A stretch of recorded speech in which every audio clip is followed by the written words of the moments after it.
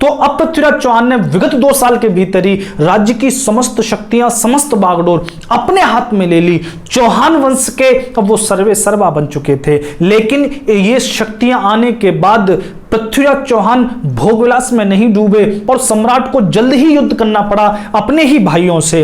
कौन से भाइयों से? उनके जो ताऊ श्री थे विग्रहराज चौहान, जिनके काल को स्वर्णिम काल कहा जाता है, उन्हीं के 2 पुत्र थे अमरगांगे और नागार्जुन। अमरगांगे ने तो कुछ वर्ष तक शासन भी किया था अजमेर पर, लेकिन जगदेव के एक पुत्र हुआ पृथ्वीराज द्वितीय। पृथ्वीराज द्वितीय ने सामर के मैदान में अमरगांगे को परास्त कर दिया था। तब से अमरगांगे इस मौके में थे कि वो कैसे भी अजमेर के शासक बन जाएं, लेकिन सोमेश्वर चौहान का शासन आया, चालुक्यों का उनको पूरा समर्थन था।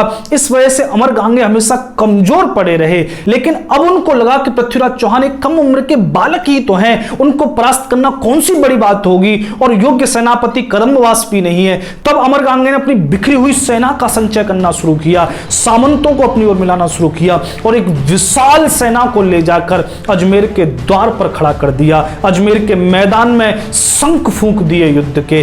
तब पृथ्वीराज चौहान भी अपनी विशाल चौहान वाहिनी को लेकर और अजमेर के मैदान में आ डटे। अजमेर के उस मैदान में दोनों सेनाएं एक दूसरे के आमने सामने आकर खड़ी हुई। दोनों ओर ही चौहान सूरवीरों की तलवारें चमक रही थी। अमरगांगे अपने आप को वास्तविक अधिकारी समझता था अजमेर का, क्योंकि विग्रहराज चौहान उसके पिता थे और वो उनका बड़ा पुत्र था। इसी वजह से अमरगांगे ने संघर्ष जारी रखा था, लेकिन इस बार वो अपनी बिखरी हुई सेना को समेट कर लाए थे। बहुत से सामंतों को उन्होंने वो प्रतिज्ञा याद कराई जो सामंतों ने उनके पिता विग्रहराज चौहान के लिए अग्नि को साक्षी मानकर खाई थी कि हम अपना पूरा जीवन विग्रहराज चौहान के लिए समर्पित कर देंगे। तो बहुत से सामंत विग्रहराज चौहान की वजह से ही साथ में थे अमरगांगे के, और इसीलिए सेना भी साथ में थी अमरगांगे के। वो भी असली उत्तराधिकारी अमरगांगे को ही समझती थी, इसलिए सेना विशाल थी अमरगांगे की। और इधर सम्राट पृथ्वीराज चौहान की विशाल चतुरंगिनी सेना हिलोरे ले रही थी। दूसरे दिन सूर्य उदय होता है। सूर्य उदय के एक मुहूर्त बाद ही ये दोनों सेना एक दूसरे पर काल बनकर टूट पड़ी। दोनों ओर ही हर हर महादेव के नारे गूंज रहे थे। दोनों ओर ही चौहान सूरवीर जूझ रहे थे। दोनों ओर के ही सूरवीर अपने राजा के लिए अपने प्राणों का बलिदान देने को भी तत्पर थे। उस दिन बड़ी भयंकर मारकाट उस अजमेर के मैदान में हो रही थी। सेनापति स्कंद भी अपने पराक्रम और कौशल का परिचय दे रहे थे। समस्त चतुरंगिनी सेना सेनापति स्कंद के इशारों पर चल रही थी। बड़ा अद्भुत युद्ध चल रहा था। इधर सम्राट पृथ्वीराज चौहान भी अपने हाथी पर बैठकर अपनी सेना का उत्साहवर्धन कर रहे थे। बड़ा भयंकर युद्ध चल रहा था, लेकिन धीरे धीरे युद्ध विराम की ओर आने लगा। अजमेर की चौहान सेना अमरगांगे की सेना पर भारी पड़ रही थी। धीरे धीरे पैर उखड़ने लगे अमरगांगे की सेना के, और एक क्षण ऐसा भी आया कि अमरगांगे अपने हाथी से उतरकर घोड़े पर आ गए और युद्ध के बीच में प्रवेश कर गए। अमरगांगे भी बड़ी सूरवीरता से अपनी तलवार लेकर जूझ रहे थे, लेकिन युद्ध में अजमेर सेना भारी पड़ चुकी थी। तभी अमरगांगे को धनुष की डोरियां डालकर उन्हें नीचे गिरा लिया और अमरगांगे को कैद कर लिया। लोहे की सांकलों से बांधकर सम्राट पृथ्वीराज चौहान के सामने प्रस्तुत किया। पूरा क्षत विक्षत हो चुके थे अमरगांगे, घायल हो चुके थे। सम्राट पृथ्वीराज चौहान के सामने खड़े थे। तब सम्राट की ओर से प्रताप ने कहा, अगर अमरगांगे सर रखकर चरणों पर पृथ्वीराज चौहान के अपने प्राणों की रक्षा की भीख मांगेंगे तो उन्हें छोड़ दिया जाएगा, वरना उनका सर काटकर विजय उत्सव मनाया जाएगा। तब अमरगांगे एकदम से गरज पड़े। अमरगांगे ने प्रताप से कहा, अगर मेरा सर मेरे प्राण रहते हुए पिथौरा के चरणों में झुक गया तो फिर जीवन को धिक्कार है। इससे ज्यादा श्रेष्ठ मेरे लिए यह होगा कि मेरा सर कटकर इस अजमेर की माटी में धूल धूषित हो जाए। मेरे लिए वो सौभाग्य की बात होगी। और इतना कहते ही इशारा किया सम्राट ने, और वहां सेनापति स्कंद ने एक ही बार से अमरगांगे की वो गर्दन उतार दी। दुर्भाग्य देखो उस दिन का, जिसके पिता विग्रहराज चौहान ने चौहानों को स्वर्णिम काल में पहुंचा दिया था। ऐसा अद्भुत शासन पूरे आर्यावर्त में किया था। किसी राजा की इतनी औकात नहीं होती थी कि आंखों में आंखें डालकर बात कर सके। और वही विग्रहराज चौहान के पुत्र का सर उसी के भाई के द्वारा अजमेर की माटी में धूल धूषित हो रहा था। तब सम्राट पृथ्वीराज चौहान अजमेर की ओर निकले। विजय उत्सव बज रहा था, शंख बज रहे थे, नगाड़े बज रहे थे।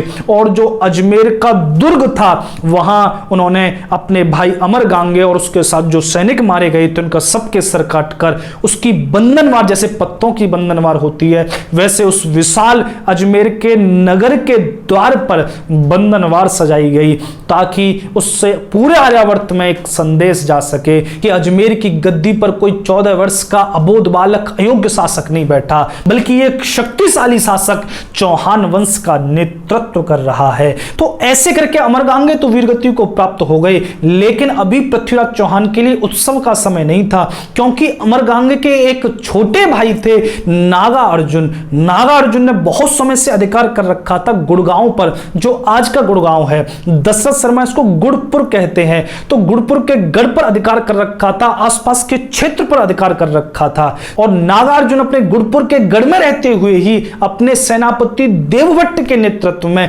सेना तैयार कर रहा था।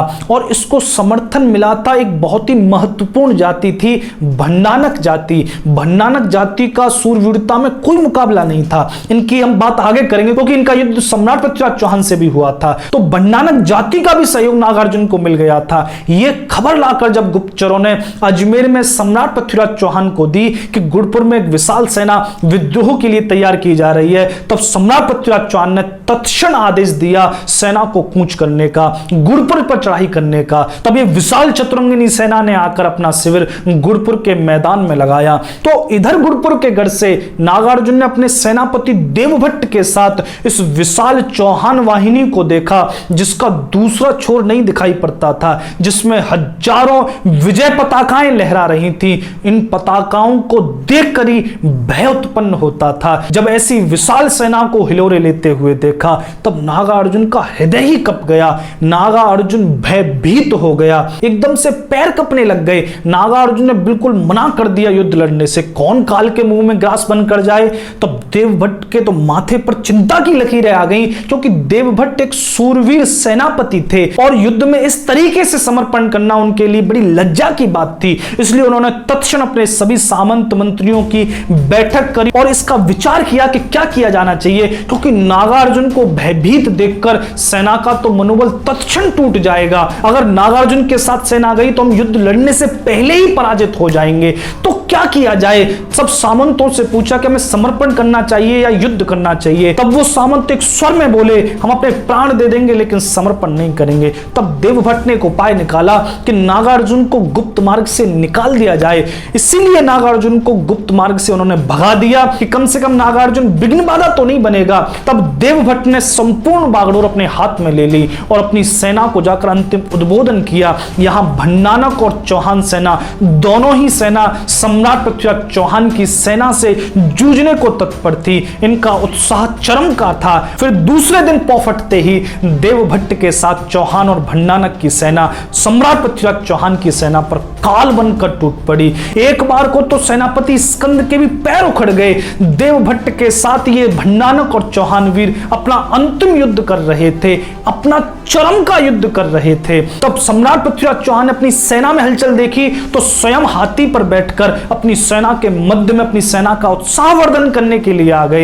एक बार को सम्राट को देखकर फिर से सेना में उत्साह आ गया। यहां अजमेर की सेना दो तरीके से भारी पड़ी। एक तो उनका संख्या बल अधिक था और दूसरा उनका राजा उनके साथ लड़ रहा था। और यह कमी रही देवभट्ट की सेना के साथ कि उनका राजा पहले ही रण छोड़कर भाग चुका था। कितनी देर यह युद्ध चलता, कुछ ही प्रहर में यह युद्ध विराम की ओर आने लगा। देवभट्ट को बंदी बनाकर सम्राट पृथ्वीराज चौहान के सामने खड़ा किया, लेकिन देवभट्ट भी सूरवीर सेनापति था। उसने समर्पण से, उसने झुकने से बिल्कुल इंकार कर दिया। न अपनी गर्दन झुकाई, न अपनी आंखें झुकाई। तब सेनापति स्कंद ने एक ही वार से देवभट्ट का सर अलग कर दिया और इधर अजमेर की विजय पताकाएं गुड़पुर के उस गढ़ पर लहरा रही थी। तब सम्राट पृथ्वीराज चौहान के सेनापतियों ने नागार्जुन की मां और पत्नी उन सबको भी वहां पर बंदी बनाया था। उनको वे अजमेर ले गए थे और वहां पर जितने सैनिक मारे गए थे उन सब की गर्दन को लाकर फिर से वही किया जो उनका नियम था, वहां अजमेर के नगर द्वार पर बंधनवार बनाकर उन्होंने लटका दी, ताकि फिर से यह संदेश जा सके कि चौहानों के सामने जो सर उठाएगा उसका सर ऐसे ही काटकर बंधनवार बना दिया जाएगा। तो मैंने आप सभी को यहां तक सम्राट पृथ्वीराज चौहान के बारे में बताया। अब आगे हम उनके और युद्धों की चर्चा करेंगे। यहाँ तक आपने वीडियो देखी, इसके लिए आपको बहुत बहुत धन्यवाद है। जय श्री राम। सभी भाइयों को हर हर महादेव जरूर कमेंट करें।